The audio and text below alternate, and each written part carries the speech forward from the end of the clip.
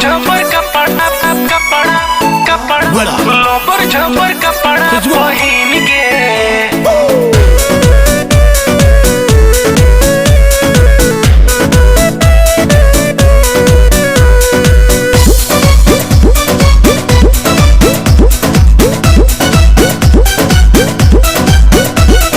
लोबर झबर कपड़ा पहिन के लोबर झबर कपड़ा पहिन के बिगड़लू अपना छोटा की बहिन के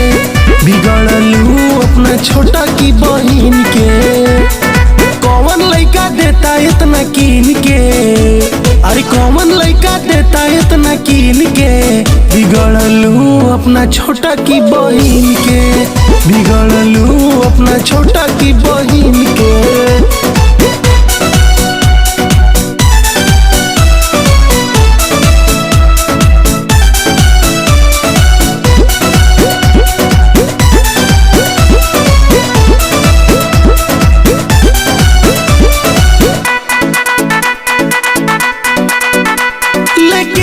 स्कूटी घुमेलू तुम कबो बलिया देखी कबो लखनऊ लेके स्कूटी घुमेलू तुम कबो बलिया देखी कबो लखनऊ केला खालू खूबे गिन गिन के केला खालू खूबे गिन गिन के बिगड़लू अपना छोटा की बहिन के बिगड़लू अपना छोटा की बहिन के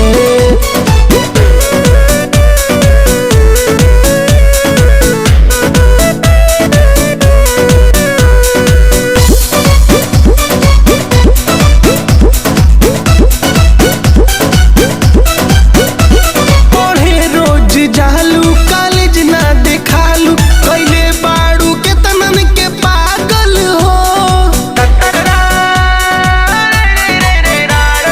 गौतम राजा राजन आकाशवा भइले तोहरा प्यार में पागल हो घरे आवेलू तू 3 दिन पे घरे आवेलू तू 3 दिन पे बिगड़लू अपना छोटा की बहिन के बिगड़लू अपना छोटा की बहिन के।